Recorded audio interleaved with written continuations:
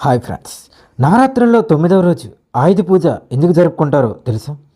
పూర్వం మహిషాసురుడనే రాక్షసుడు బ్రహ్మదేవుని కోసం ఘోరంగా తపస్సు చేయగా తపస్సుకు మెచ్చిన బ్రహ్మదేవుడు ప్రత్యక్షమై వరం కోరుకోమంటాడు. సృష్టిలో తక్కువ శక్తి ఆడదానికే ఉంటుందని అపోహతో అబల చేతిలో మరణం అనగా బ్రహ్మ తథాస్తు అంటాడు.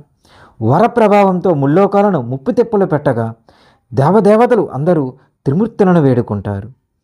త్రిమూర్తులు కలిసి ఒక మహోన్నతమైన శక్తిని సృష్టిస్తారు. ఆ శక్తియే దుర్గామాత. దేవదేవతలు అందరూ తమ ఆయుధాలను దుర్గామాతకు సమర్పిస్తారు.